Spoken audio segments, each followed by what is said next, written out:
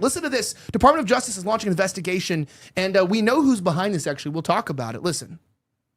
Hello, I'm Bill Asaley, United States Attorney for the Central District of California. And I'm Akil Davis, the Assistant Director in charge of the FBI's Los Angeles Field Office. And I'm Tyler Hatcher, the Special Agent in charge of IRS Criminal Investigation here in Los Angeles. The right to assemble and protest peacefully is protected by law. Unfortunately, we have seen individuals whose intentions are to cause damage and to assault law enforcement. For example, last week we arrested an individual who was charged with conspiracy to commit and aiding and abetting civil disorders. These violent agitators put peaceful demonstrators at risk.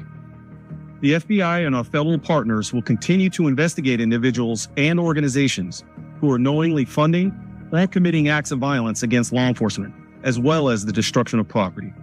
We are currently tracing money to determine who is providing funding for these riots. Funding crime doesn't just affect the criminals, it also disrupts entire communities. Each dollar funneled into illegal operations fuels violence, undermines law and order, and perpetuates fear. Make no mistake, we will identify and disrupt financial networks supporting these criminal activities. Think before you act. The legal consequences for financing or aiding and abetting these crimes are harsh. They include imprisonment and fines.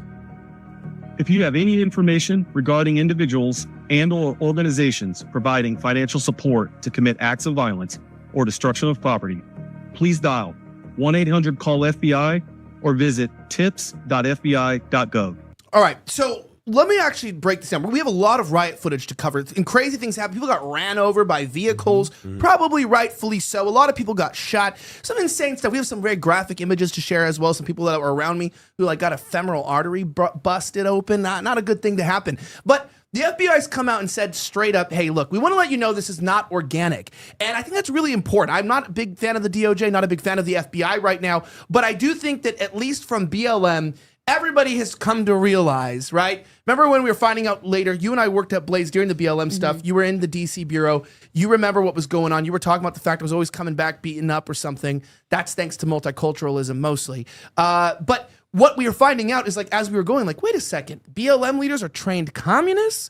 What did that mean? And we found out there was all these Antifa training networks inside of libraries across Seattle, and then it traces back to the 70s, and you started seeing that there was this entire insurgency. I think Americans didn't know that we had a left-wing insurgency of radical socialists and communists that were always using lies and manipulative tactics with the media, by the way, because it turns out, as Fox pointed out, that the mainstream media used the phrase peaceful protest 211 times just on Saturday while the violence was going on. 211 times they call them peaceful. I think we're going to find out. I'm going to tell you who's behind it, but I think we know for a fact that this No Kings protest, this unrest, it was planned, it is deliberate, and it is meant to destabilize our country, cause chaos, and I believe partially distract people from what's going on in the Middle East. I don't know if you see that, but I see the parallels. It's like we're back. We time traveled back again. No, I think that's absolutely true. I think that if you look at a lot of the protests that are going on, well, first of all, it's like, you know when something's organized because people have nice signs, they're dressed a certain way, and it's a lot more coordinated than just a messy group of far leftists. Because, you know, we know how the far left operates. They're not exactly the most put together group of individuals. So, you know, you can kind of tell when something is very clearly organized. But I was going to say the same thing. Like, you have it's very peculiar, the timing of all of this. And I would say that it's meant to distract. You know, and as far as the people behind it, like what their motive is exactly, well, look at who's in charge of the unrest in the Middle East. You know, who is causing a lot of this? Well, of course, we had Israel, who just started striking Iran the other day, and and obviously we're now experiencing the fallout of that, and the United States getting involved in that potentially. They kind of already are. A lot of people are saying, oh, well, they haven't gotten involved yet. No, we absolutely have. We've assisted Israel in many, many ways in terms of their military power, and it's kind of demoralizing for the Trump base too, because it's like, we know Trump is not really deporting as many people as they tell us that they are. So what are they even protesting? You know, and so at that point, you know, it's like, we're not who you say we are, or who Trump is. We wish he was. We wish he gave them a reason to protest, but they don't really have a reason to, because they're not really deporting as many people as the media says they are. So what in the world's going on here? Obviously, it's planned. Well, look at this real fast. I want to go to you, Braden, in a second, but I want to say the DNI chief, Tulsi Gabbard, literally said they have the receipts. They know who's behind this. And I want to play this clip, but the truth is that it was orchestrated by a billionaire family, primarily by the Walton family who own Walmart. This is all being orchestrated by the people who own Walmart. We have the receipts. Everybody knows this by now. It's well understood on the ground. This stuff is and it's also the CRS, right? The civil rights, you have the civil rights group from the United States government. It's part of our Department of Justice, I believe, who's actually working on this. But listen to this. The bottom line is they don't care about the American people. They don't even care about the people that they're claiming to protest for. So many of them are paid protesters. This thing is being orchestrated, obviously, in many ways. And ultimately, President Trump is the one who took action to keep the American people safe and try to bring peace back to the streets that these rioters are destroying. The bottom line is... So she had the receipts. She talks about it. She breaks it down. I'm just going to say this. The Walton family was mad because they were able to, as we found out, there is a loophole with the verification ID system, Verify, in the United States, the E-Verify system, because what was happening is during these raids, including at a food plant, everybody had been verified. They did over 200 arrests at one food processing plant, and the owner didn't get in trouble legally because they'd all shown E-Verify. They'd all proven that they were illegally allowed to work in the United States. But there's this entire corrupt system of the way that they're getting around this. And it turns out that a lot of Walmart workers, we've talked about how much I freaking hate Walmart.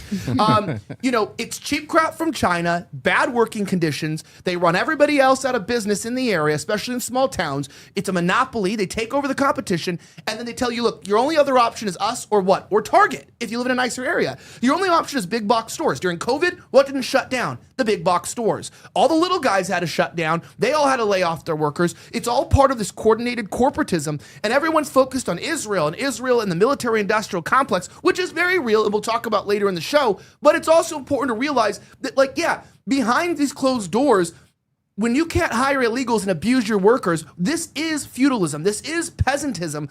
They're super upset that they're going to maybe have to hire real Americans to work these jobs because why? They want their hundreds of billions of dollars of profit over the last decades. They want to continue to rape Americans of our money, gut the middle class, and they want to get back at Trump. So they'll fund this. The No Kings protest was funded by the people who own Walmart. That's insane, believable, but it's hey, there should be some accountability. People died at these protests, and there was civic disorder. They never even tried to disperse the crowds.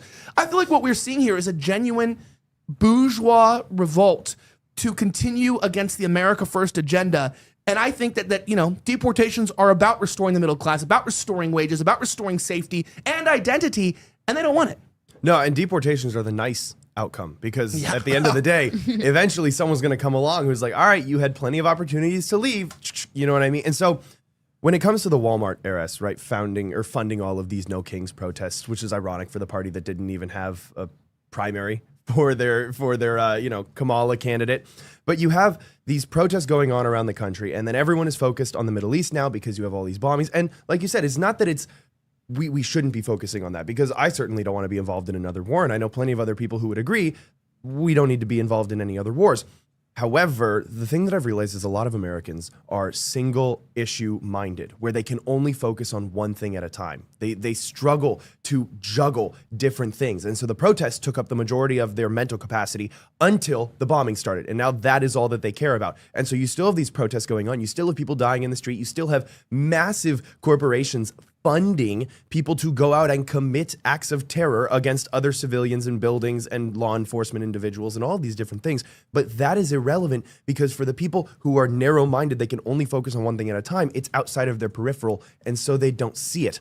And it's crazy to me when you're talking about, Walmart coming in with the big box stores, and during COVID, those were the only ones that were allowed to stay up because you mentioned it's feudalism. It's this creating the system of peasants and, all of these land, the lords taking. But even the feudal peasants live better than we do in America today. I mean, they may have been poor, but they worked half of the year and had the rest of the other year off. They also had organic food. They had organic food that you were pretty much guaranteed to get married and have kids and have a successful life as far as that goes. I mean, today, none of those guarantees are really assured anymore. And so as far as feudalism goes, man, they had it a little bit better in certain aspects than we do today. Obviously, we get the technology of the world and stuff, but, apples and oranges. Yeah, I absolutely think this was distraction played a huge part. And as you mentioned, Americans, it comes in seasons of how we view different problems that we're running into. You know, you have a large amount of, okay, this is our major focus is may it be riots, may it be gun control, whatever, but we stick on a single topic and we're not able to expand our mind. So a lot of times what they go ahead and do is they try to distract us. And one of the things as far as being orchestrated that I can say is there was a few people that we interviewed while we were out in the field, and they would hold their signs up and they would have these big displays. I know Elijah had one person who had like this, I don't know, it was like supposed to be Lady Justice or something. And when he went up to her and asked her, well, what does this mean? What are you trying to protest against? And what is the symbolism that's coming from what you're showing? And she's like, I don't know. I need to come up with a better answer. I don't know. So a lot of these people don't even know why they're protesting. They're just out there, just gathered in groves to go ahead and pretty much cause destruction and then change our view on whatever we really should be paying attention to.